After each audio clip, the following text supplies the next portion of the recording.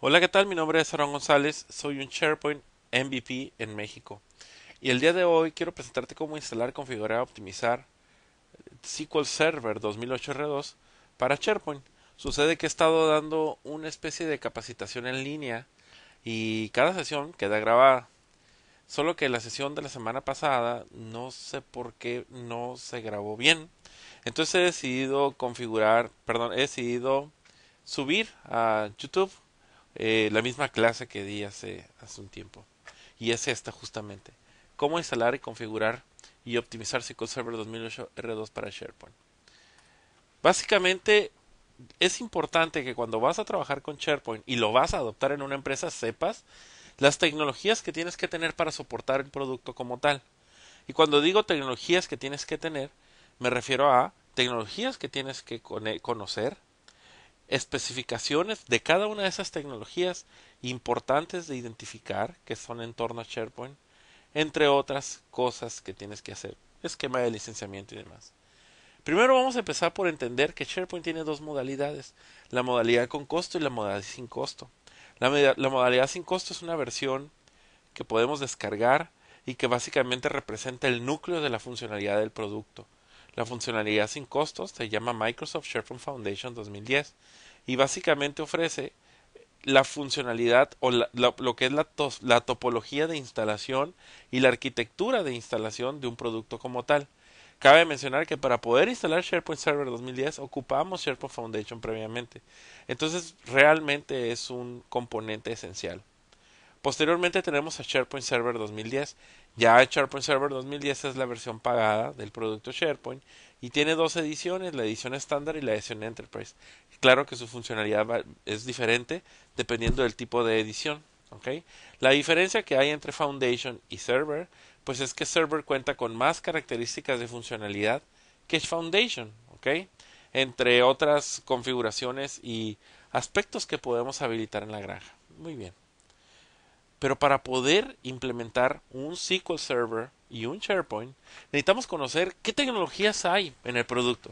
Entonces, fíjate, en este pequeño diagrama vemos que a la parte superior, perdón, en la parte inferior, lo que es la esencia es el Windows Server. Windows Server 2008, puede ser Windows Server 2008 R2, incluso puede ser Windows Server 2012. 64 bits para ambientes de desarrollo. SharePoint 2010 ya nunca se pudo instalar sobre 32 bits, eso ya quedó atrás. La versión de SharePoint 2007 sí. Pero la versión 2010 no. Necesitamos que sea 64 bits el hardware donde lo vamos a montar. Y también en la versión 2010 nos ofrecen la posibilidad de que un programador o una persona que quiera crear un ambiente de pruebas o ambiente de desarrollo puede instalar SharePoint en Windows 7 o en Windows Vista. Eso es para efectos de desarrollo. Entonces, Windows Server 2008 R2 se vuelve un componente esencial para administrar un producto como SharePoint. Entonces, en esta sesión te voy a mostrar los aspectos más básicos de un servidor de esta naturaleza que tenemos que considerar cuando implementamos SharePoint.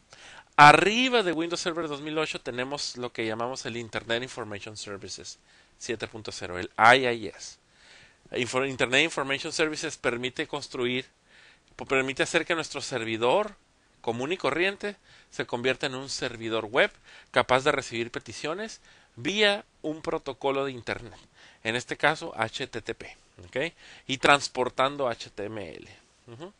También tenemos a SQL Server 2008 R2 como tal, el Service Pack 2 o superior, o Service Pack 1 y superior. En el caso de R2, el SQL Server pues básicamente es el almacén de los datos de SharePoint. Nosotros vamos a ver que usamos IIS, que usamos SharePoint, que es una página web, que es un portal. Pero en realidad, tanto páginas de sistema como páginas de del portal y los documentos también existen en una base de datos SQL Server, no en archivos físicos dentro del disco duro de instalación o el disco duro del producto. Entonces eso ofrece una ventaja importante porque al tener un SQL Server con toda la documentación, incluso la configuración, incluso ciertas páginas de sistema, podemos tener múltiples servidores web trabajando como si fuera uno, o sea, balanceados, y todos leyendo los datos de un solo repositorio central. ¿Okay? Arriba de SQL Server, Internet Information Services, Windows Server, tenemos a .NET Framework y ASP.NET 3.5, Service Pack 1. Básicamente, SharePoint fue construido sobre .NET 3.5. Entonces, fue construido con ASP.NET. Entonces, toda esa tecnología la tenemos disponible. SharePoint es una aplicación web.NET, literal. Entonces utilizó a este marco de trabajo llamado .NET Framework y a esta tecnología llamada ASP.NET como la tecnología para construir este producto como tal. Y ya posteriormente arriba de .NET Framework y ASP.NET tenemos básicamente la funcionalidad de SharePoint Foundation, la cual ha sido programada en .NET. ¿Ok? Perfecto. Entonces, Windows Server 2008 superior. Bien, Windows Server es el sistema operativo donde tanto SQL Server como SharePoint deberán correr o deberán estar instalados. Entonces de repente vas a tener un servidor SQL, un servidor SharePoint y ambos servidores con Windows Server 2008 o superior. El recomendado es Windows Server 2008 R2 con Service Pack 1. Deberá contar con todas las actualizaciones de Windows Updates aplicadas y los Service Packs correspondientes del sistema operativo, esencial. Deberá estar unido al dominio empresarial. Claro, es parte, puede que no sea un requisito, pero si vamos a trabajar en un ambiente donde tenemos un controlador de dominio, donde nuestros usuarios están siendo administrados ahí, el beneficio de la sincronización de perfiles y de la seguridad de las cuentas de usuario lo podemos tener a través de la integración que da Active Directory con el sistema operativo en cuestión. Entonces sí hay que unirnos al directorio activo para poder tener el mismo contexto de seguridad desde lo que es firmarnos desde una computadora local en la intranet hasta mantener el contexto de autentificación dentro de SQL Server o dentro de algún otro servidor que sea parte de nuestra granja o de nuestra infraestructura. Claro que los servidores Windows Server 2008 o superior deberán ser 64 bits, ese es un requisito de SharePoint. Y los componentes de Windows Server 2008 que tú tienes que tomar en cuenta y que tienes que conocer cuando vas a instalar y administrar un producto SharePoint son los siguientes: los roles, los network settings y los DNS, y típicamente activar Windows, cambiar el nombre del servidor, manejar firewall, configurar conexiones de red, acceso remoto, unirlo al dominio. Básicamente, yo lo que quiero mostrarte aquí es los elementos básicos de producto. Asimismo, cuando instalamos SharePoint tenemos que tener ciertas consideraciones de hardware para poder asegurar que nuestro producto va a correr bien. Primero, recomendamos 100 GB de unidad C de disco duro libre. ¿Ok? O sea, básicamente sobre esos 100 GB vamos a instalar el sistema operativo. Y las actualizaciones y los hotfixes y cualquier otro aspecto de configuración o de software que requiramos. ¿Sí? Probablemente podremos sentir que 100 GB es bastante, pero en realidad no lo es. Realmente nosotros tenemos que tener siempre libre, de espacio libre en nuestro disco duro, el doble de memoria RAM que tenemos instalada. Entonces, si yo estoy manejando las prácticas recomendadas por Microsoft en cuanto a memoria RAM, vamos a saber que en SharePoint necesitamos 8 GB de RAM para instalarlo, o como requerimiento, más los 4 GB de memoria RAM del sistema operativo.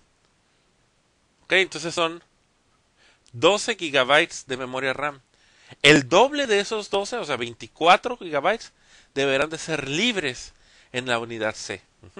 Entonces imagínate, Windows, software, updates, hotfixes y service packs no deberán de llegar a un 60%, por ejemplo 60 GB, para que los otros 30 sean el doble de lo que son los 12 GB disponibles, 24, y no tengamos ningún problema. ¿Ok? Entonces, algunas herramientas también de operación de SharePoint puede que ocupemos también instalar. Muy bien. Recomendado también es tener dentro de nuestros servidores web frontend o de aplicación de SharePoint, tener, que son Windows Server 2008 obviamente, más de una unidad de disco duro disponible. Por default la C va a almacenar el software y va a almacenar las actualizaciones y algunas otras herramientas. Pero alguna otra unidad adicional como pudiera ser la D, allí podemos tener los diferentes logs que tiene SharePoint, los logs que tiene IIS o cualquier otro de los productos que nos sirvan para administrar SharePoint. ¿Ok? Todos los logs posibles por tener los deberíamos de tener en otro disco duro, y la razón es la siguiente. Si yo tengo un disco duro C donde corre un sistema operativo y algunas actualizaciones, un número significante de lecturas y escrituras está sucediendo cada instante. Cada vez que nosotros accedemos a SharePoint y SharePoint accede a alguno de los archivos de aplicación que están físicamente instalados, se tiene que hacer un proceso de lectura de ese recurso. Al dividir en más de un solo volumen los discos duros, estamos básicamente definiendo un grupo de lectura y de escritura que pudiera suceder para ciertos datos o para cierto contenido, y otro grupo de lecturas y escrituras para cierta unidad. Entonces, con eso tenemos un poco más de desempeño. En vez de tener una sola unidad, todo el bonche de lecturas y escrituras que SharePoint necesita, estamos dividiéndolos en dos hardware diferentes. De esa forma, tenemos un mejor desempeño. Otra característica también importante del sistema operativo es que debe de tener 4 núcleos disponibles. ¿Okay? Eso es muy importante, tener 4 cores. Eso es lo que recomiendan. ¿Okay? 8 GB de memoria RAM y 4 GB para el sistema operativo. Yo sé que suena bastante, pero eso es lo recomendado. Muchas veces nosotros caemos en la, ¿cómo les diré? En la tentación de solamente dejar 8 GB de memoria RAM, porque eso dice la documentación. Pero hay que considerar esos 4 GB de memoria RAM adicionales del puro sistema operativo. Entonces tomarlo en cuenta. ¿Okay? Y también la tarjeta de red, pues que sea de más de 1 gigabit. Todos los servidores deben tener al menos 1 milisegundo de latencia entre ellos. 1 milisegundo de latencia entre ellos. Vamos a hacer una prueba. Yo aquí tengo un servidor. Voy a abrir la ventana de consola y voy a darle ping a lo que es el controlador de dominio. Y como pueden ver, ahí me está marcando 1 milisegundo y menos de 1 milisegundo de velocidad. Vamos a hacer otra vez el ping. Y ahora sí, ya me está marcando, fíjate qué mal ahí, menos de 1 milisegundo, y luego 1, y luego 3 milisegundos, y luego menos de 1 milisegundo. Muy bien, bueno, pues más o menos cumplimos con la regla, ¿ok? Entonces vamos a hacer la primera demostración de cómo preparar un sistema operativo Windows Server 2008 para recibir a SQL Server. ¿Ok? Bien, yo lo que normalmente hago es irme a lo que es el Server Manager del Windows Server 2008. ¿Dónde está? Y recorrer cada una de las opciones que están ahí. Por ejemplo, si me voy a la parte superior, aquí tenemos activar Windows. Claro, hay que correr un proceso de activación. Por ahí tengo otro video donde documenté el proceso de activación sobre Windows Server 2012. Es prácticamente lo mismo. Cambiar las propiedades del sistema básicamente se refiere a unirnos al dominio. Aquí en la parte de Change está nuestro dominio. Yo ya lo tengo unido al dominio. Y también el nombre de nuestro servidor. ¿Okay? Entonces es importantísimo eso. Es importante mencionar también, antes de continuar, que si nosotros nos vamos a unir al dominio, para poder asegurar que esta computadora que aún no está unida al dominio pueda ver el dominio o lo que es el controlador de dominio, hay que asegurarse, muchachos, de tener en lo que son las características de la tarjeta de red, ya sea de la versión IPv6 o IPv4, que es mi caso, en la dirección IP de nuestro servidor DNS. Nuestro servidor DNS normalmente está dentro de nuestro servidor de controlador de dominio, pero pudiera ser un servidor aparte. Bueno, ese servidor DNS tiene la tabla de rutas, la tabla de nombres y de sus IPs asociados. Entonces, al especificar aquí para nuestra tarjeta de red que este IP es el servidor DNS, cuando nosotros tratemos de unir nuestro servidor al dominio, o rápidamente va a identificar cuál es ese servidor de dominio y va a hacer el proceso de unirse al directorio activo. Perfecto. Otra característica es ver la configuración de la tarjeta de red, súper importante. En este caso, ahí les va. En la tarjeta de red yo tengo habilitado solamente IP versión 4 y he especificado el DNS y obtener un IP dinámico. Claro, yo tengo un DHCP. Ese DHCP es el router como tal donde están conectados mis servidores. ¿Okay? Ese router en la tabla de DHCP yo ya tengo reservado que el nombre HGSPSQL01 con el MAC address X siempre va a tener asociado un IP en particular. Entonces, o puedes manejarlo por software usando lo que son las características de DHCP de Windows, o a nivel hardware usando las características de tu router. Cualquiera de las dos opciones es posible. Cabe mencionar que cuando vayamos a trabajar nuestro servidor web frontend en un ambiente balanceado, tanto para SQL, en el caso de clusterings, y en el caso de SharePoint de web frontends, sí ocuparemos tener especificado de forma textual los IPs de nuestro servidor, la subred y el default gateway. Esto es porque el software de Network Load Balancing requiere elegir qué tarjeta en particular va a trabajar o participar en un proceso de load balancing. Entonces ahí sí tenemos que tener activo o especificado nuestro IP asignado de forma explícita. Muy bien. Continuando con Server Manager, tenemos el configuración del acceso remoto. Esta opción, pues básicamente nosotros definimos que queremos soportar acceso remoto para que a través del software Remote Desktop Connection podamos acceder al servidor. En la parte de Select Users nosotros podemos ser explícitos sobre qué usuarios incluir aquí o cuáles no, ¿de acuerdo? Muy bien. Si continuamos, tenemos el Firewall. Y bueno, en el caso del Firewall, si se dan cuenta, yo aquí lo tengo en off, porque así lo configuré. Pero en la realidad es que hay que agregar en una regla de inbound, por ejemplo, vamos a ver, inbound rules, tendríamos que agregar una nueva regla para poder abrir el puerto de SQL Server sobre este servidor Windows Server 2008. Entonces selecciono New Port, abrir el puerto, damos Next, TCP y especificamos los puertos que queremos abrir. En el caso de SQL es el 1433. Tienes que asegurarte de correr esta opción si es que vas a tener activado el firewall, de abrir el puerto 1433, el puerto 80, el puerto 443, dependiendo de la funcionalidad que vayas a exponer. En este caso, el puerto 1433 es el puerto que se utiliza para conversar con SQL. Y como lo que queremos instalar es SQL, es importante nosotros tener abierto ese puerto sobre este servidor. ¿Ok? En este caso yo tengo desactivado el firewall, entonces ya estoy cumpliendo con ese requisito. Continuando, tenemos el Configure Updates. Este es importante. No todas las empresas tienen acceso a internet a sus servidores web frontends, pero pues bueno, yo les recomendaría aquí que mejor seleccionen la opción de que te permite decidir si quieres actualizar o no, en vez de tener una actualización completamente dinámica. ¿Ok? Eso es importante. Y luego tenemos lo que es el Configure Internet Explorer ESC, lo que es el Enhanced Security Configuration. No sé si han visto, pero cuando cargas un programa aquí dentro de tu servidor, te va a pedir una ventanita de sí y no de lo que es el ACL, el Access Account Control. ¿Ok? Entonces, vamos a ponerlo en off y en off para administrator y users, entonces no nos tenga que estar pide y pide lo que es la confirmación de la cuenta. Entonces esos son los primeros elementos a considerar para configurar un servidor Windows Server 2008 para recibir a SQL Server 2008 R2.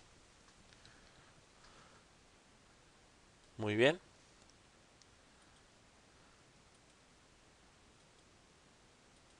Otra característica que quiero mencionar también importante es que en mi servidor Windows Server 2008 tengo dos volúmenes, el volumen C y el volumen D. El volumen C, como lo mencioné en el PowerPoint, pues para el software, y el volumen D para los datos de mi instancia de SQL Server o cualquier otro dato que quiera almacenar. Obviamente que es de SQL Server por default lo que es soportado, pero hay empresas que utilizan otras carpetas de respaldo y dentro de esa misma unidad tienen sus respaldos, pero bueno, cada quien administra su granja como puede. Muy bien. Ok, regresamos al PowerPoint. Ahora te quiero dar a conocer a lo que es el Internet Information Services 7.0. Básicamente IIS hace que nuestro servidor web común y corriente hace que nuestro servidor común y corriente se convierta en un servidor web capaz de recibir peticiones desde cualquier parte del mundo a través de HTTP o desde cualquier parte de la Internet a través de HTTP. Maneja las peticiones HTTP con soporte incluso de peticiones HTTPS como lo hacen los bancos usando certificados digitales. Ya en otro video expliqué cómo configurar los certificados digitales y cómo generar un certificado digital para poder tener una conversación HTTPS en algún servidor y en un cliente. SharePoint crea objetos de IIS mediante la herramienta central de administración. Entonces, sí tienes que conocer IIS en cierta forma, porque cada vez que tú entras a SharePoint desde el punto de vista administrador y creas una nueva aplicación web, esta se aprovisiona directamente y de forma automática en IIS. Se crean lo que llamamos application pools y websites de IIS. Entonces te quiero explicar por qué son importantes. También lo que es la herramienta de instalación de los prerequisitos de SharePoint, tanto 2010 como 2013, se encarga de activar el IIS con las específicos features dentro de nuestro servidor. ¿Okay? Los componentes de IIS que debemos de conocer son websites y application pools. Entonces vamos a ver de qué estamos hablando. Mira, olvidé mencionarlo. Otro concepto importantísimo de Windows Server 2008 es que se agrega, bueno, sí, de 2008 se agrega el concepto de roles y features. Los roles son funcionalidades, módulos de funcionalidad que podemos incrustar sobre el sistema operativo. Si yo aquí selecciono Add Role y le doy Next, van a ver que hay una serie de roles adicionales que puedo activar sobre mi equipo y tener funcionalidad adicional o funcionalidad disponible para atacar cualquier escenario o necesidad de negocio. Por ejemplo, la de un Active Directory, bueno, pues aquí lo tengo. Aquí tengo lo que es el Domain Services y con eso puedo crear un directorio activo corporativo. Puedo hacer un DHCP, un DNS Server, un archivo de un servidor de impresión, Hyper-V, etcétera. Son roles. Ahora, nosotros activamos el rol y ese rol se aprovisiona en nuestro equipo y a partir de ahí usamos la configuración de ese rol. ¿Ok? Muy bien. Los features son también funcionalidades que podemos incluir dentro de nuestro servidor, que ya existen en el disco de instalación o en el mismo sistema operativo, pero que podemos usar. Por ejemplo, aquí vemos que el feature de la versión 3.5 del firmware está instalado y vemos que no hay un SMTP. Yo podría agregar este feature dentro de mi servidor, seleccionarlo para tener disponible esta funcionalidad en el producto. ¿Ok? Muy bien. Ahora sí, IIS. Bueno, IIS siempre lo vas a encontrar dentro de Administrator Tools y aquí está Internet Information Service Manager. Y lo que hay que conocer del concepto de IIS es que pues nosotros usamos este producto para crear portales. Aquí tenemos el default website con una serie de opciones que podemos configurar. Por ejemplo, el default website básicamente representa un sitio web dentro de nuestra empresa accesible de forma interna. ¿Okay? Ese sitio web puede tener configuraciones muy particulares y muy específicas. ¿Ok? Bueno, lo que es importante es que SharePoint crea estos default websites, o en este caso a websites específicos a los web applications que tú creas, para poder funcionar. ¿Ok? También el concepto de Application Pools es tan importante. Este concepto de Application Pools te permite a ti englobar bloques de configuración y asignar esos bloques, en este caso el application pool, hacia un website de IIS y por ende controlar los límites de configuración disponibles para esa pequeña aplicación de IIS. ¿Ok? Entonces fíjate, este default website, si nos vamos a las Advanced Settings, ¿dónde está? Advanced Settings, tiene asignado el application pool default application pool. Entonces si me voy a la parte de application pool y veo default application pool, vamos a ver varias cosas interesantes. La primera es que el Application Pool está corriendo con la versión 2.0 del .NET Framework en vez de la versión 3.5. Entonces habrá sus razones por las cuales corre sobre esa versión, pero la realidad es que tú eres lo suficientemente flexible a través de los Application Pools el especificar esas configuraciones y asociar el Application Pool a un website de IIS y así funcionar. Si nos vamos a los Advanced Settings, vamos a encontrar que hay un montón de opciones disponibles para poder gestionar la memoria, gestionar qué sucede cuando suceda algún error dentro del servidor, entre otras cosas. Entonces, es importante que conozcas IIS y que conozcas las diferentes alternativas que hay para poder hacer que nuestro servicio funcione bien, para poder hacer que nuestro servicio, si llega al tope máximo de memoria, automáticamente se recicle y empiece desde cero y el usuario ni cuenta se dé. ¿Ok? Muy bien. Más adelante les voy a mostrar, no, será después en otro video, que cuando nosotros creamos una aplicación en SharePoint, automáticamente un nuevo website es agregado y configurado de acuerdo a SharePoint. Ahora sí, vamos a ver entonces SQL Server 2008 R2. Primer punto, toda la información de SharePoint se guarda sobre una o múltiples bases de datos de SQL, tanto la configuración como los datos en bases de datos de contenido. Entonces es importante que lo sepas. Por eso SQL Server es tan importante para SharePoint. SQL Server puede instalarse en distintas modalidades dependiendo de los niveles de servicio que queramos manejar. ¿Qué es un nivel de servicio? Pues un nivel de servicio es un acuerdo que nosotros hacemos respecto al servicio de SharePoint que damos a la empresa en cuanto al tiempo de disponibilidad o el tiempo de recuperación ante algún problema o el nivel de servicio que le estamos dando a la empresa usando un producto como tal. Entonces nosotros hacemos Service Level Agreements, acuerdo de niveles de servicio con los usuarios o las áreas o nuestros clientes que usan nuestro servicio SharePoint para que ellos siempre sepan que estará disponible y accesible el portal. Entonces cuando tenemos claramente identificados los Service Level Agreements, entonces seguramente tendremos muy claro cuáles son nuestras características de tiempo de fuera de línea o ventanas de recuperación ante cualquier desastre que pueda surgir. Entonces, en ese sentido, SQL Server, tanto como SharePoint, ofrecen la posibilidad de instalarse en una modalidad que mejore la disponibilidad del servicio y también la recuperación de fallos o lo que es la redundancia del servicio para asegurarse que ante cualquier fallo vas a tener siempre servicio. ¿Okay? Entonces tú puedes instalar SQL Server en modo de clustering o en modo de espejo para que cuando falle un servidor, otro servidor tome el rol o haga una actividad. Pero lo más importante es que siempre esté arriba el servicio. De preferencia contar con una cuenta de servicios dedicada solo a SQL Server. Claro, cuando instalemos SQL Server lo vamos a instalar con una cuenta específica llamada SQL Services. Entonces esa cuenta se usará para que el SQL Server corra ciertas aplicaciones o ciertos servicios de Windows. En vez de usar Administrator, les recomiendo que no vayan a utilizar el nombre de la máquina diagonal con el nombre o la cuenta que quieran manejar en SQL Server. Porque cuando ya estás en un ambiente de dominio e instalas localmente usando cuentas de locales, eso se vuelve complejo de poder administrar el SQL Server, de que si por alguna razón se te olvida la contraseña de Administrator, vas a tener y quieres entrar como Administrator pero dentro del dominio, pero tus bases de datos están haciendo referencia a SQL a la cuenta local, es un problema. Entonces asegúrate de tener una cuenta dedicada solamente a SQL Server. Otro consejo aquí es utilizar las unidades de disco duro del C para almacenar, obviamente el software, pero el D o el E o el F para almacenar los logs de SQL, los datos de SQL, los respaldos de SQL Server. Súper importante por las mismas razones, porque nosotros podemos ser capaces de dividir en más de una unidad todas esas lecturas y escrituras que querramos tener. Un consejo más también es que nosotros podamos instalar SQL Server con una instancia.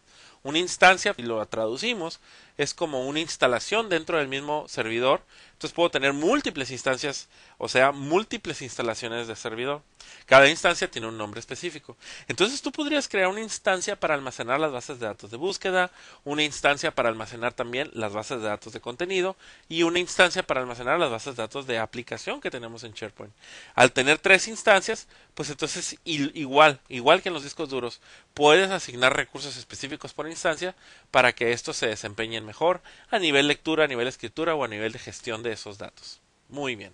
Y bueno, otro consejo de SQL Server también es conocer las bases de datos que existen, que son las bases de datos del mismo sistema SQL Server, como la base de datos Model o la TempDB. Esas bases de datos por lo menos tendríamos que saber de qué se tratan, qué sirven, qué hacen por nosotros y qué valor nos pueden dar. Por último, antes de empezar con la demostración, pues sí, hablamos de mejores prácticas de SQL Server para SharePoint, eso siempre lo vamos a encontrar. Afortunadamente Microsoft junta a sus expertos del área de consultoría y del área de soporte Premier y entre todos ellos arman un bloque de lo que ellos llaman mejores prácticas que han ido encontrando con los diferentes clientes, ¿verdad? Y entonces documentan las mejores prácticas y ¡pum!, nos las dan a nosotros para que las implementemos. En mi muy particular opinión, las mejores prácticas son algo bueno, siempre y cuando cumplen con la condición para el cual esas mejores prácticas existen. O sea, básicamente una mejor práctica, no nada más por ser una mejor práctica las vamos a usar. En primer lugar, hay que validar si ocupamos o no, de acuerdo a nuestros procesos o nuestros requerimientos de configuración, alguna mejor práctica. Eso es un primer punto. Básicamente una mejor práctica tiene un marco de referencia. Por ejemplo, una serie de condiciones que bajo esas condiciones se vuelve una mejor práctica ese es particular consejo. Entonces, hay que tener cuidado. Aquí te voy a mostrar un par. Por ejemplo, usar un servidor dedicado para SQL Server 2008. Obviamente eso está súper bien.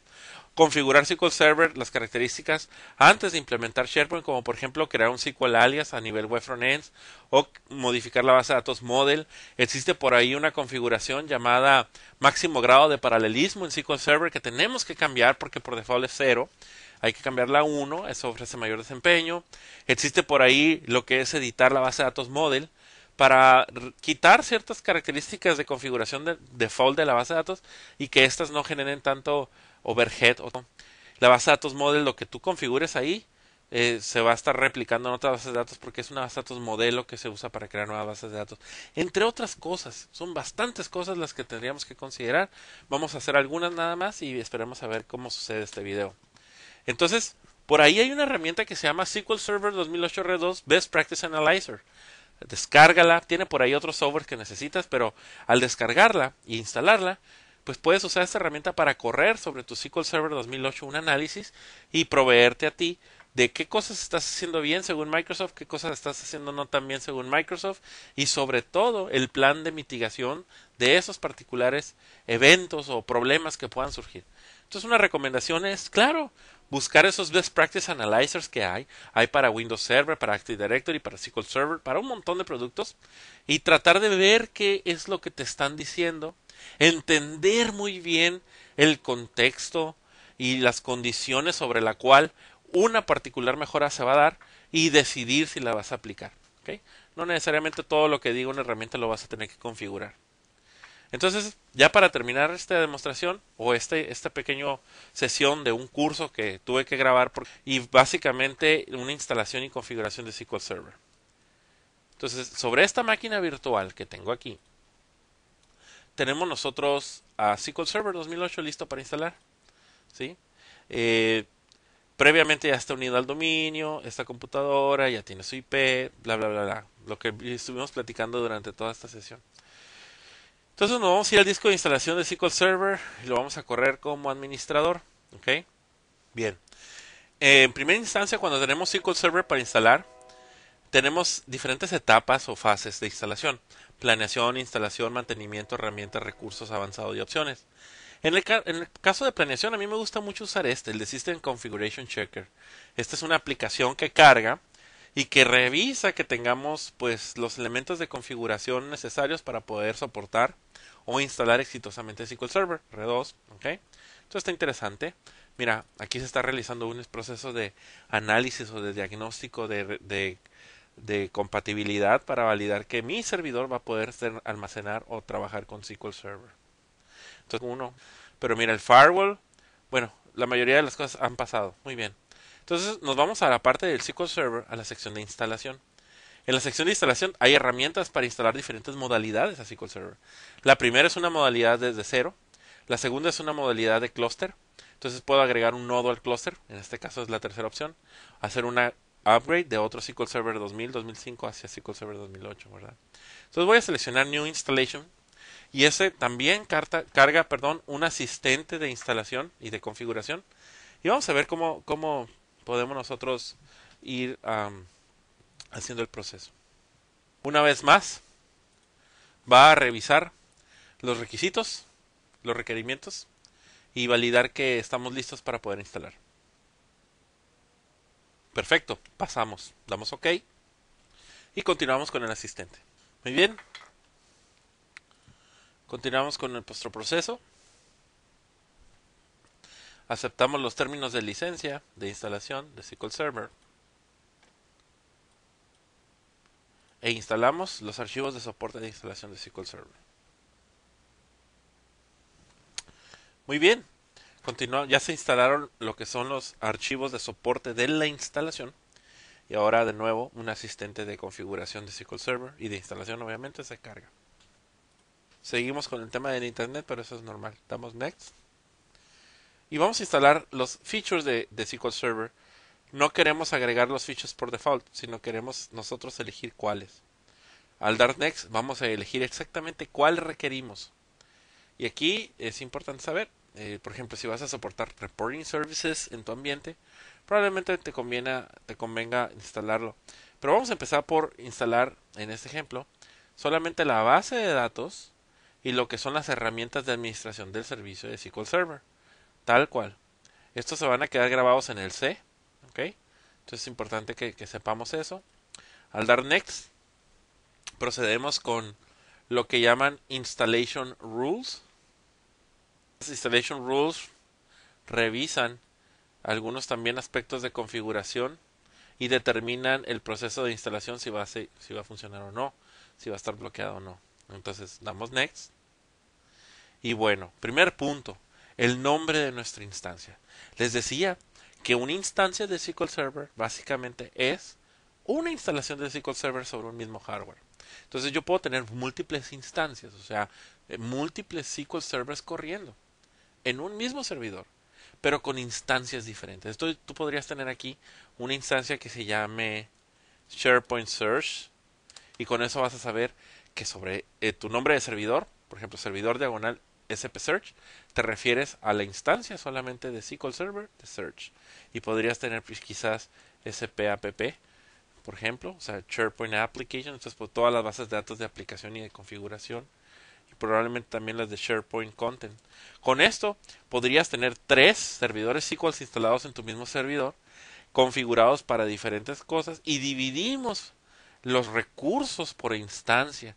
De esa forma aseguramos que podamos tener dividido las lecturas a la base de datos o el nivel de desempeño de las lecturas que necesitamos tener, quizás asignar a un arreglo de discos duros mucho más capacidad de funcionalidad, por ejemplo un nivel RAID 10 y una instancia apuntar hacia esa unidad todo lo que es la base de datos y de esa forma tener una velocidad de lectura y de escritura para aquellas bases de datos de las cuales requerimos un alto nivel de lectura, etcétera. Entonces depende de ti planear ese nivel de detalle de la configuración que ocupamos.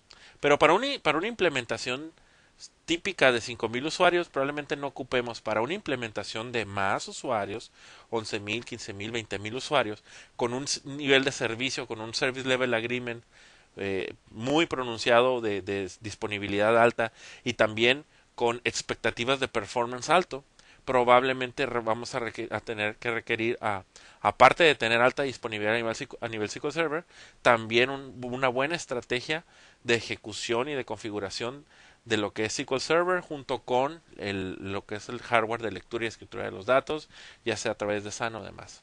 Pero ahorita vamos a empezar por el default instance. Como ejemplo, el default instance toma el nombre de la computadora o del servidor como tu instancia default, ¿ok? Damos next. Aquí nos menciona que en cuanto a los discos, a la capacidad para poder instalar la tenemos y para los directorios de SQL también, perfecto. Pero a continuación viene la parte de configuración del servidor, lo que es server configuration. Y vamos a especificar ahí con qué cuenta vamos a correr nuestro servicio de SQL Server. También vamos a especificar el collation y ahorita les explico qué es. ¿Sabes? Había dicho que una práctica es poder tener una cuenta dedicada. Entonces yo aquí tengo sobre mi directorio activo una cuenta llamada SQL Service.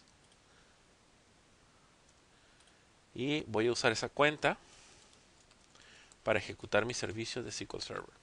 En vez de usar un administrador local. Está excelente.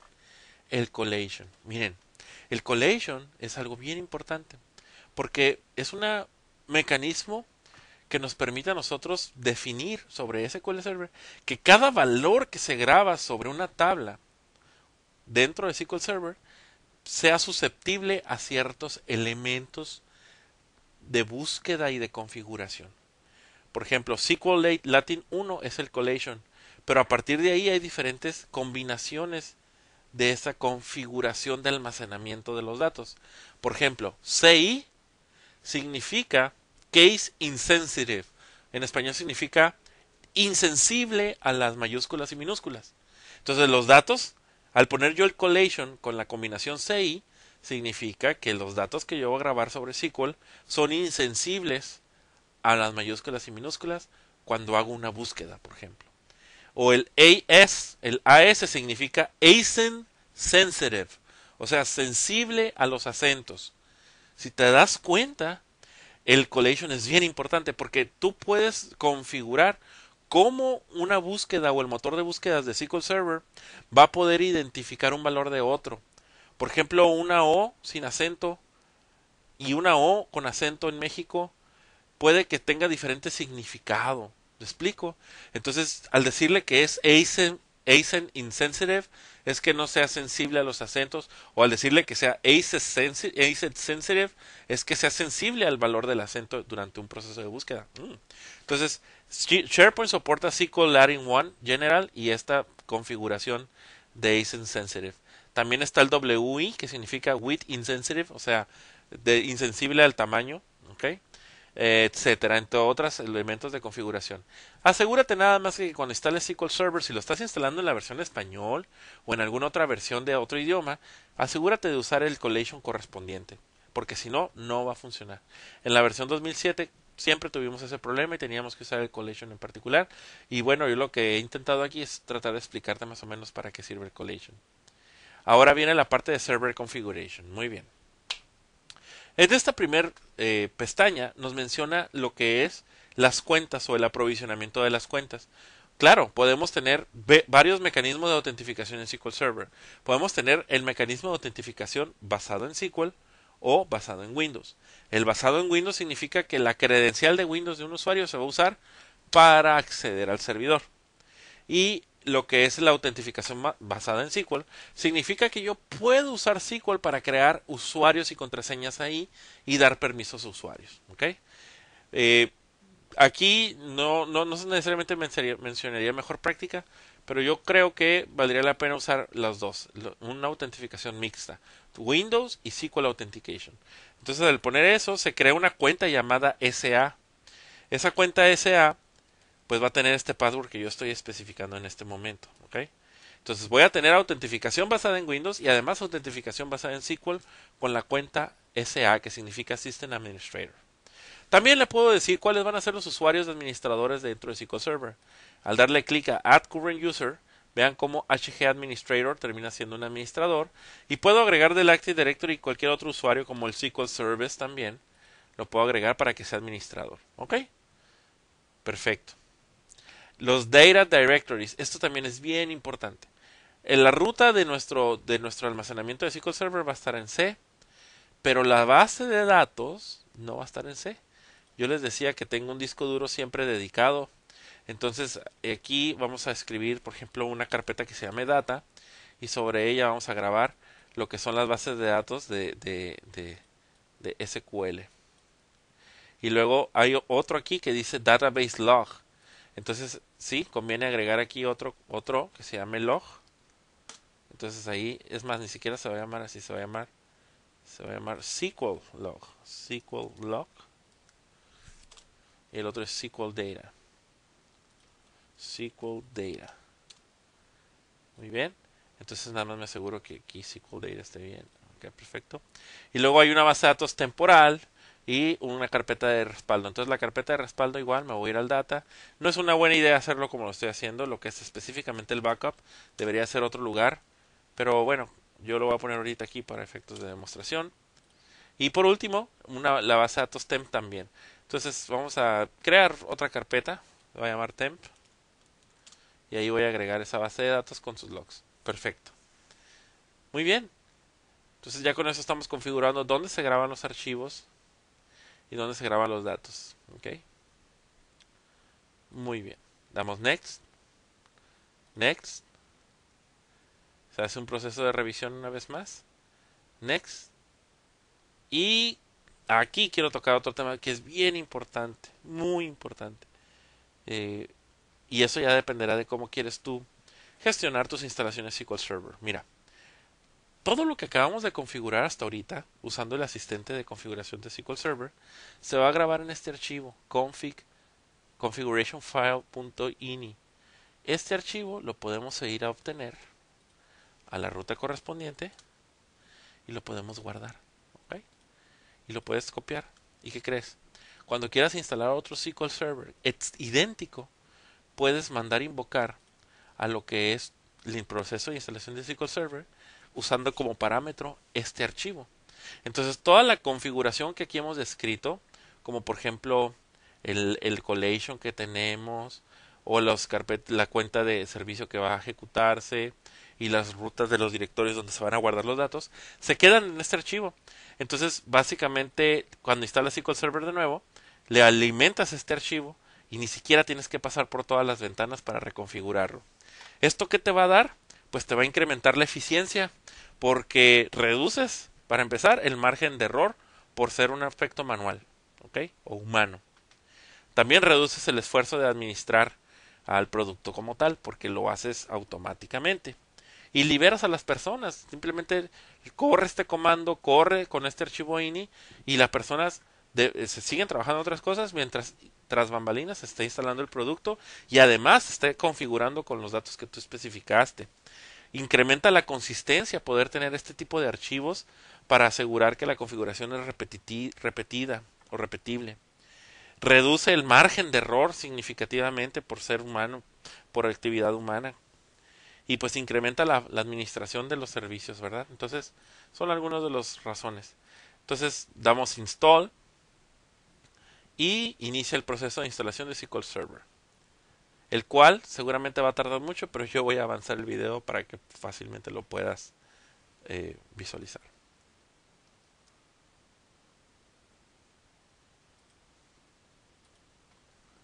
Ok, nuestro proceso de configuración de SQL Server ha quedado. Fíjate que también vale la pena mencionar que aquí está este archivo de resumen de la instalación. Entonces lo puedes guardar y tenerlo como evidencia de que el proceso se ejecutó bien. Ok, muy bien. Entonces ya tenemos instalado SQL Server sobre nuestro equipo. Ahora, aquí no termina. Una vez que lo tenemos instalado, tenemos que proceder a configurarlo de acuerdo a los requisitos de SharePoint. Entonces cargamos el SQL Server Management Studio. La primera vez va a tardar un poco en cargar la configuración, pero bueno, nos vamos a tener que esperar un momento. Elegimos el nombre de nuestro servidor. En mi caso me parece que se llama HGSPF SQL01.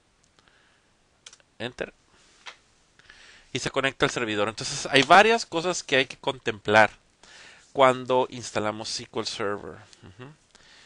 Obviamente yo voy a configurarlas. No me gustaría que tomaras esto como algo para producción y que siempre lo tienes que hacer. Evalúa tú si estas configuraciones tienen sentido para tu necesidad. Este es solamente un video de educación y de demostración para compartir en un curso que estoy dando lo que es la instalación de SharePoint Foundation y la configuración del mismo. Bueno, lo primero que vamos a hacer es, en mi opinión, es especificar la memoria RAM que le vamos a asignar al servidor SQL dentro de SQL Server, porque SQL Server, fíjate cuánta memoria máxima, cuánto máximo de memoria RAM puede usar. Entonces, si tú tienes cierta capacidad de memoria RAM, SQL Server va a buscarlo, ¿sí? Va a reclamar ese recurso. Entonces, velo limitando al número de memoria RAM exacto que le quisieras asignar. Te comento una historia. Hace tiempo trabajé en una empresa donde tenían un servidor igual de 12 gigas de memoria RAM, bla, bla, bla, bla, bla. Y estaba lento y lento y lento. En el momento que nosotros especificamos que el tamaño máximo de memoria RAM era 8 gigas de RAM, por ejemplo, o 12 gigas de RAM, no pasaba más de 100% el servidor. Llegaba hasta un 80% en cuanto a performance. Y funcionó perfecto. O sea, en vez de tener asignado todo el recurso, al racionarlo mejor, el desempeño es mejor también. Entonces hay que tomar en cuenta eso. 2 gigas con 500. Entonces, fíjate cómo aquí está la parte de scripts. O sea que no nada más puedo usar la UI, la interfase visual, sino que también puedo correr un script para hacer el proceso de configuración. Y esto, como les digo una vez más, el tenerlo en script nos va a eficientar el hacer las cosas de forma repetible y sin tanto margen de error. Continuando con la otra configuración, en la parte de propiedades, en la parte de avanzado, hay un setting llamado máximo grado de paralelismo, el cual está en 0. Si leemos documentación SQL Server, ahorita no quiero adentrarme en la explicación por tiempo, pero menciona que SharePoint necesita que el máximo grado de paralelismo sea 1 y por default está en 0. Entonces igual, ejecutamos el script de este setting y lo corremos y listo. Ahí ya tenemos el máximo grado de paralelismo especificado automáticamente a 1. Muy bien. Otra característica también de configuración es en las bases de datos de sistema, en la de model, por ejemplo, en las propiedades, nosotros tenemos lo que son los options. Y aquí fíjate bien lo que hay. Auto update statistics y auto create statistics. Estas son estadísticas que se van a estar típicamente ejecutando porque están en true. Cada petición, cada request, cada funcionalidad que se haga de SQL se hace proceso estadístico. Y bueno, eso está bien, ¿verdad? Pero cuando estamos hablando del index server, por ejemplo, en SharePoint que va a hacer las búsquedas, el proceso de index es intensivo, es muy intensivo para SQL Server. Y ahí no tiene valor estar autogenerando estadísticas cuando hacemos el index server, cuando estamos haciendo un full crawl, lo que es un rastreo del contenido para poder indexarlo en un motor de búsqueda. Entonces vale la pena ponerlo en falso. Ahora la ponemos en la base de datos de model, porque model se va a utilizar como la base de datos default para todas las bases de datos que se van a crear por SharePoint. Entonces, bueno, para que lo tengas en cuenta. También el modo de recuperación tiene sentido. Si te das cuenta, ante un respaldo, nosotros podemos recuperarnos y el modo es full. Normalmente sí tenés que planear si tu modo de recuperación va a ser full para ciertas bases de datos, como la base de datos de configuración de SQL, pero normalmente para una base de datos de contenido el modo de recuperación es simple para que seas capaz de recuperar ante un respaldo a nivel horas o a nivel a nivel horas de respaldos en vez de toda una base de datos que reemplace una semana o no sé. Si lo haces full, pues tú vas a tener que hacer una restauración básicamente general, ¿verdad? Si lo haces simple, vas a ser capaz de restaurar por horas o por días algún error en la base de datos. Entonces, hay que tener cuidado con eso. También podemos ejecutar el script aquí. Se genera el script de este setting y lo guardamos, lo corremos y queda completamente registrado, ¿verdad? Creo que son todas las configuraciones mínimas a hacer cuando trabajamos con SQL Server. ¿Ok? Pues ya con esto terminamos la sesión y espero que les agradezco mucho su atención y muchas gracias.